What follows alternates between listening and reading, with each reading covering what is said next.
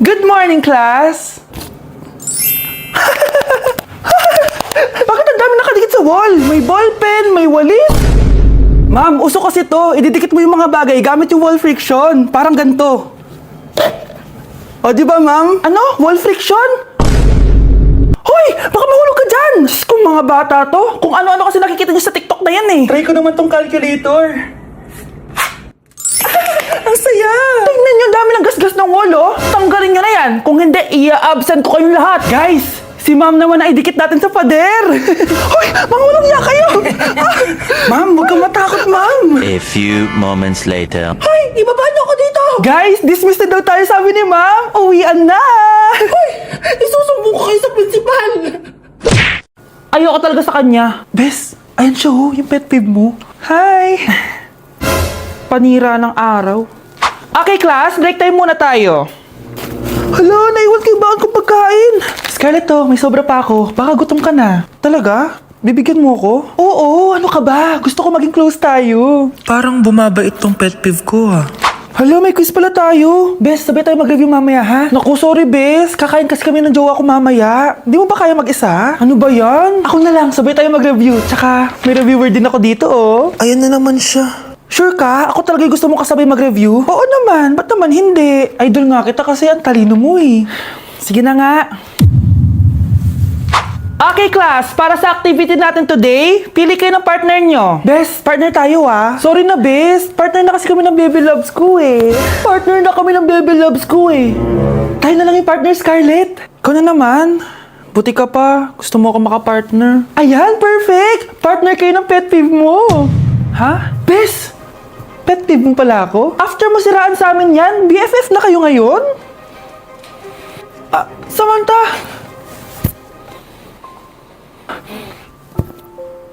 Samantha? Magpapaliwanag ako. Oh, ba't nandito ka? Pet peeve mo ako, di ba? Umalis ka na! Oo! Pet peeve kita! Dati! Kasi ang sungit mo sa akin eh. Tapos palagi mo ako iniinis. Alam mo kung bakit? Kasi gusto kita. Ha? Wala. Never mind. Samantha!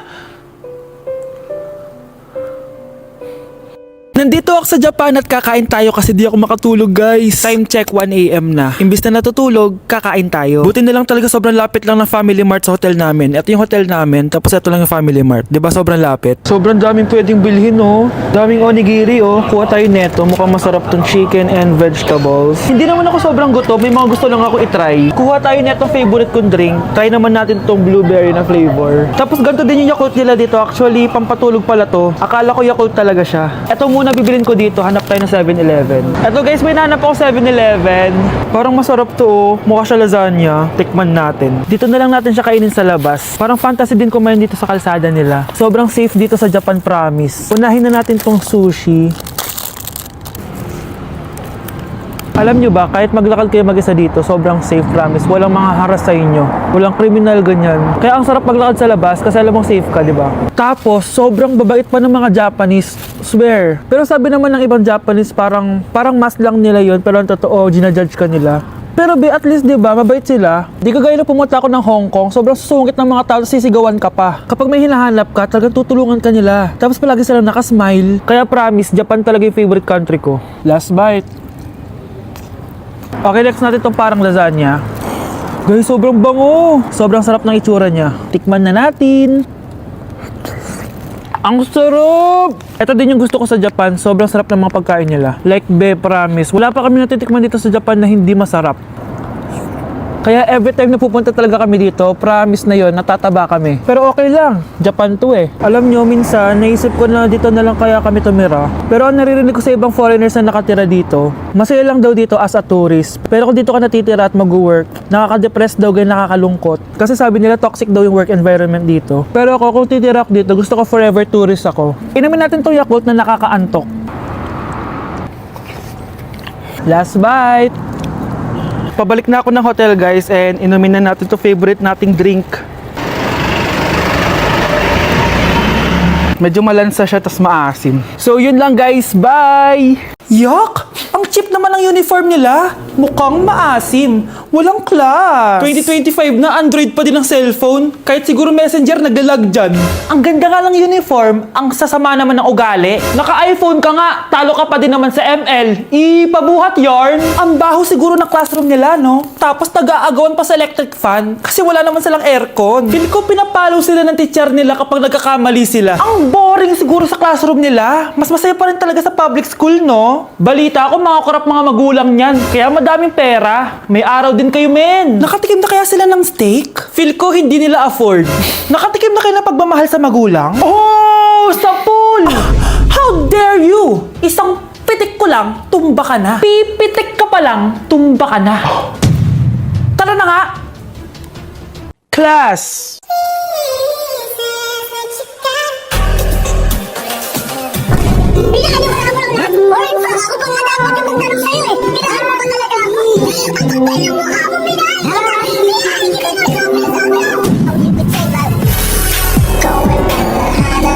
Just take that Maui Wowie, that Maui.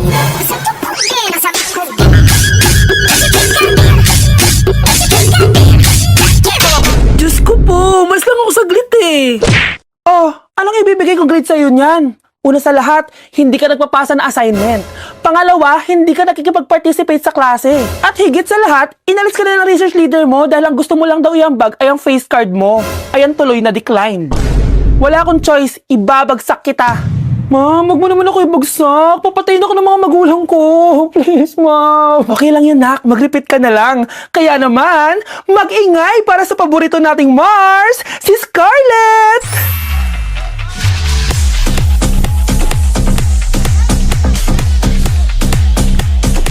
Huwag ka nang tatamad-tamad, ha?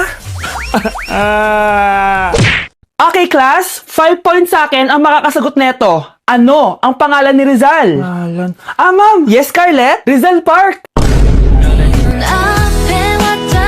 Anong Rizal Park? Jose Rizal yon. Diyos ko, mga bata ngayon. Siya ang pambansang... Ma'am, siya ang pambansang opa. Siya ang pambansang bayani natin. Anong pinagsasabi nyo? Oh, kompletuhin nyo to. Ang kabataan, ang pag-asa ng busan. Mali! Bayan! Pinagluloko nyo ako, ha? O eto, ano ang sinulat na libro ni Jose Rizal? Ma'am, El Filibusterismo. Imnida. Tama na sana eh. Naloloko na kayo sa K-pop at K-drama na yan, ha? Last na talaga. Ayusin nyo na, ha? Okay, class. Last question. Sino ang kapatid ni Rizal? Kapatid ni Rizal? Ma'am! Eto, sure na ako sa sagot ko. Yes, Scarlett! Ang kapatid ni Rizal Park ay si... si Sandara Park! Good morning, class! Good mood si ma'am ngayon na. Sana good mood lang siya gang mamaya. Bago tayo mag-start, mag-pray muna tayo, okay? Sino gusto mag-lead? Di ako marunong niyan, ikaw na lang. Lalo na ako, di nga ako sumisimba eh. Wala. Pag walang pumunta sa harap, lahat kayo, iya-absent ko! Bes, ikaw na lang. Ma'am, ako na lang po. Madali naman pala kayo kausap eh. Okay, class. So, dito na nagtatapos sa lesson natin. Oh, may 1 oras pa pala tayo eh. Sige na, i-dismiss ko na kayo. Yes, be, tara gala tayo. Tara, be. Buti na lang talaga dinismiss tayo agad. Aba, excited? Uwing-uwi? Ayaw niyo siguro sa subject ko, no? Maghihintay kayo hanggang 4 p.m. dito. Walang uuwi. Grabe naman yung mood swing ni ma'am. Nakakainis. I love you too. Okay, class. Dahil good mood ako today, hindi tuloy ang quiz at lesson natin. Ay, salamat. Magagawa ko na yung assignment ko sa math. Bes, pakopya naman ako niyan. Aba! Sino nagsabi sa inyo na pwede kayo gumawa ng assignment sa ibang subject, ha? Ma'am, talagang sinisira niyo mood ko, ha? Lahat kayo bagsak sa quiz! Excuse me, Ma'am Reyes? Bakit mo tinatakot ang mga anak ko? Ma'am, hindi sila matututo kung hindi ko sila tatakutin. Hindi mo kailangan takutin ng mga bata. Kausapin mo sila na maayos. Tama. Tayo ang pangalawa nilang magulang. Dapat maging safe sila sa atin. Gusto mo bang maalala ka nila sa mga pananakot mo? Facts, ma'am. Umayos ka na, ha? Kung ayaw mong isumbong kita sa principal. Deserve.